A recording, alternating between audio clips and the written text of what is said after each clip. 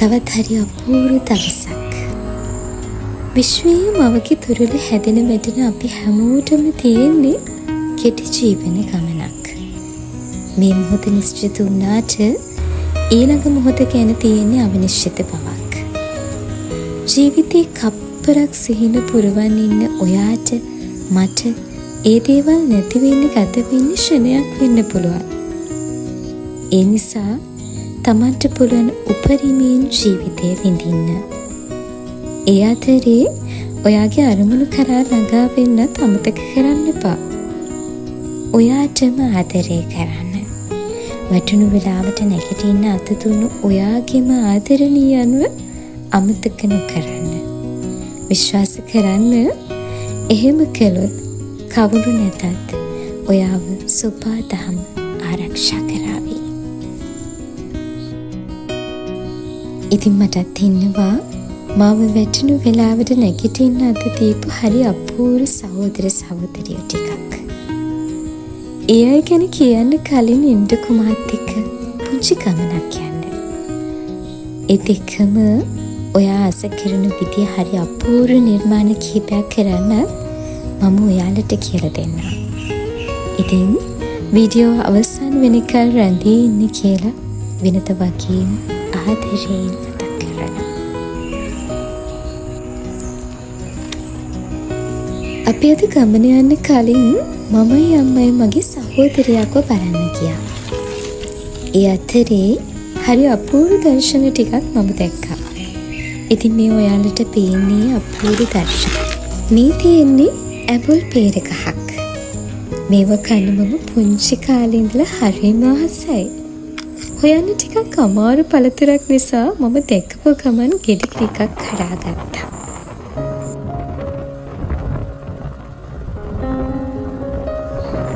අද නොවැම්බරයේ හරි අපූර්ව සන්ධ්‍යාවක්. මම ආව මගේ හොඳම මිතුරියක් මුණ ගැහෙන්න. කාලෙකින් හමුණා මෙතින් ඉවරයක් නැති කතා ගොඩයි. ඒකාකාරීව දුවන අපේ ජීවන ගමන විටකදී මානසිකව විඩාපර වෙනවා. ඒ දවසට මට ඕනි මූඩ් ෆික්ස් කරන විදියේ බෙහෙතක්. ඒ කියන්නේ මම ආස කරන විදියේ ඇඳුමක් ගන්න, ඇවිදින්න, නිදහසේ ෆිල්ම් එකක් බලන්න. ඒ අතරේ පුංචි කඩේකින් උණුසුම් කෝපි කෝපයක් වුණ ගමන් මම ආස කරන අය එක්ක කතා බහ කරන්න හරිම ආසයි. වීඩියෝව නරඹන ඔයාගෙත් මගෙත් ජීවිත හැල්මු දුවන කෝච්චි වගේ. හදි වැටෙන කම්ම දුවනවා. ඒත් මේ ඔලු කෙටි ඇතුලේ ඉන්න පුංචි මිනිස්සයාට ඕනේ විවේකයක්. ඉතින් පුංචි විවේකයක් ගන්න. ඔයාටම ස්තුතිවන්ත වන්න. ඔයා ආස කරන දේවල් බලන්න යන්න. මොකද ඔයාට මට තියෙන්නේ හරිම කෙටි ජීවන ගමනක්. ඔයාට පුළුවන් උපරිමයෙන් ජීවිතේ රස විඳින ගමන් අරමුණු කරා ළඟා වෙන්න උත්සාහ කරන්න.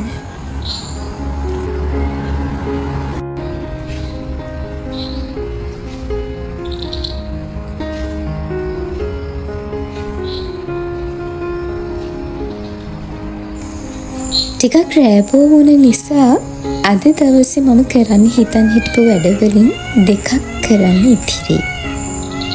ඉතින් වොෂ් එකක් දාගෙන ඇවිත් අපි බලමු මොනවද කරන්න පුළුවන් කියලා.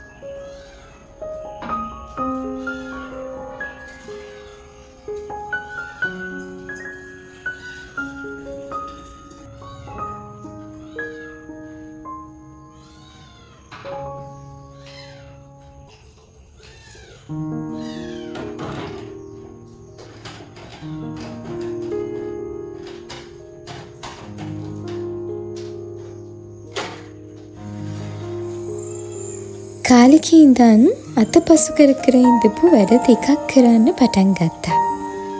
බාලගිරි දෝෂය අද නෙවෙයි හෙට කියන්න වගේ මම දවසින් දවස මේ වැඩේ මගහැරියා. අද ටිකක් ප්‍රීතිමත් දවසක් නිසා අපි මේක පටන් ගනිමු. එන්නකෝ මාත් එක්ක. මුලින්ම කියන්න ඕනේ මම මේක කරන්නේ පළවෙනි වතාවට. බිත්තිවල කැන්වස් වල චිත්‍ර ඇඳලා තිබුණට මීට කලින් ගවුමක නම් ඇඳලා නැහැ. ඒ නිසා ටිකක් බයින් මම මේ වැඩේ කරන්න පටන් ගත්තා. ජීවිතේ ඕනම වැඩක් අපි පටන් ගනිද්දී මේ බය, ශකිතය ඔයාට දැනෙනවා. මේක හරියාවිද? එහෙම නැත්නම් මේක කැත වේවිද? අනිවරදීවිද? වගේ නොයෙකුත් දේවල්. හැබැයි ඉතින් වරදින්න හරි හරියන්න හරි අපිට දෙයක් පටන් ගන්නම වෙනවා. එහෙම නේද?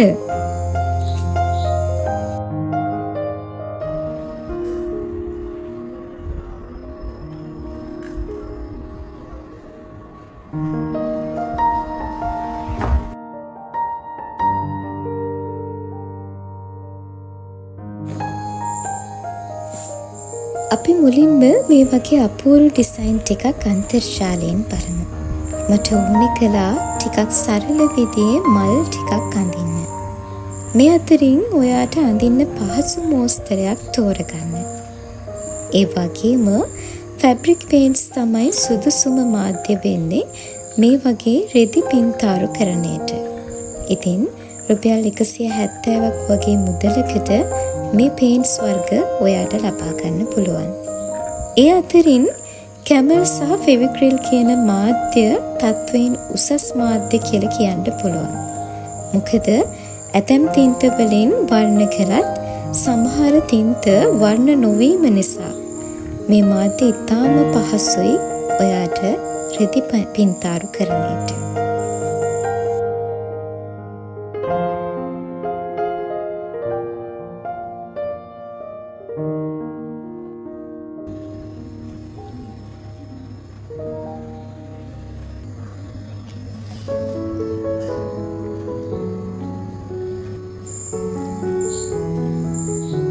මල් අඳින්න කලින් ඔයා මේ ගවුම මේ වගේ ලී රාමුවක් පාවිච්චි කරලා හරියට ඇඩ්ජස්ට් කරගන්න ඕනේ. මොකද නැතිනම් මේ රෙද්ද ඉහි මිහි යනවා. මේ වගේ එම්බ්‍රොයිඩරි මල් මහන්න හදපු ලී රාමු ඊටාම අඩු මුදලකට වෙළඳසැල් වලින් අපිට මිලදී ගන්න පුළුවන්.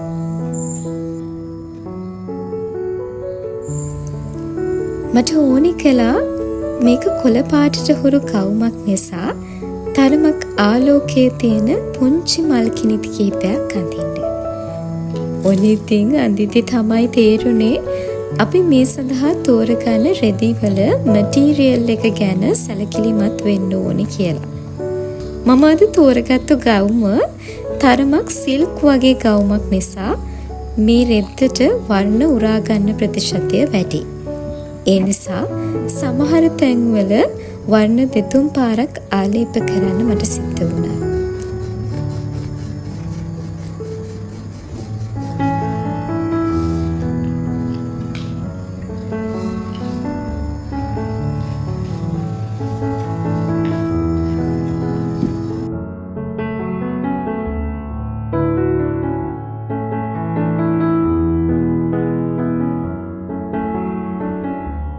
සුදු කළු සහ කහ කියන වර්ණ තුන විතරයි අද මම මේ මල් කිනිත පාට කරන්න ගත්තේ.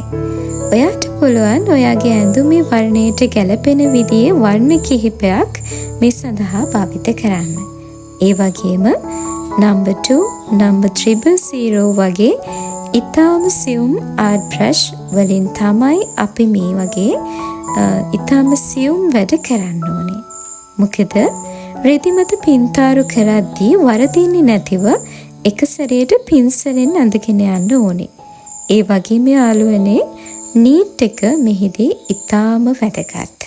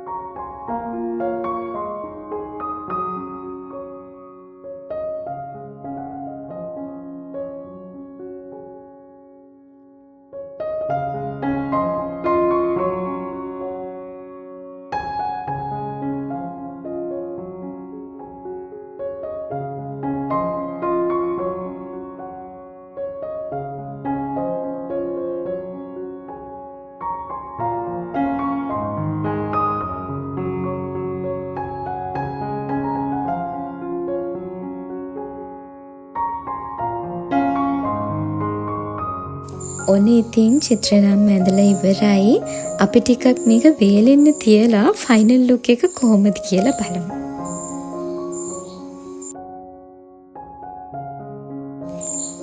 කලින් තිබුණටත් වඩා හරිම ලස්සන පෙනුමක් කවුමේ තියෙනවා. ඒ වගේම එම්බ්‍රොයිඩරි කළා වගේම රිච් ලුක් එකක් කවුමට ඇවිත් කියලායි මට නම් හිතෙන්නේ.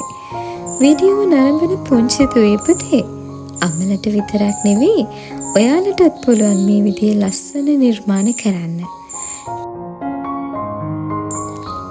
ගවුම් විතරක් නෙවෙයි ටී-ෂර්ට්ස්, ට්‍රවුසර්ස් ඒ වගේම ඕනෑම ඇඳුමකට සුදුසු වෙන ගැළපෙන නිර්මාණ ඔයාටත් කරන්න පුළුවන්.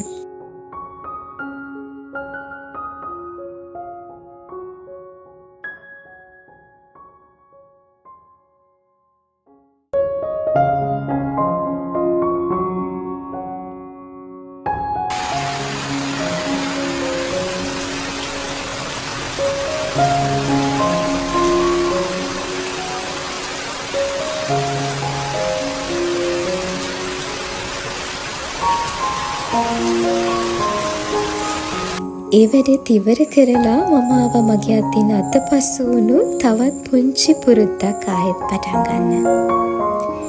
එළි චුට්ටක් වැස්ස වහින නිසා අපි උණුසුම් කෝපි කෝපයක් බොනකම මේක පටන් ගනිමු. පොත් කියවීම.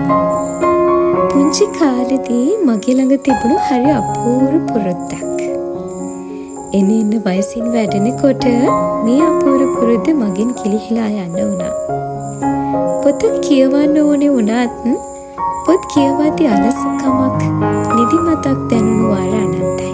ඒ නිසා දෝ මේ පුරුද්ද මගෙන් ගිලිහුනේ. ඒ වුණාට මට ඕනේ වුණා කොහොම හරි මේ පුරුද්ද මගෙන් ගිලිහී යන්නේ නැති පාරින්න. ඉතින් මේක තමයි හොඳම මොහොත ඒ පුරුද්ද ආයෙත් පටන් ගන්න. ඔයා දන්නවද අපෙන් යම් පුරුද්දක් ගිලිහුණාම නැතිනම් නැති වුණාම ඒක ආයෙ පටන් ගන්න හරිම අමාරුයි. ඒ නිසා ඔයා ආස කරන වයිබ් එකකින් ඒකට අලුත් විදිහේ ආරම්භයක් දෙන්න. ඉතින් මම උණුසුම් කෝපි කෝපයක් රස විඳින ගමන් කැන්ඩල් එකකුත් පත්තු කරගත්තා.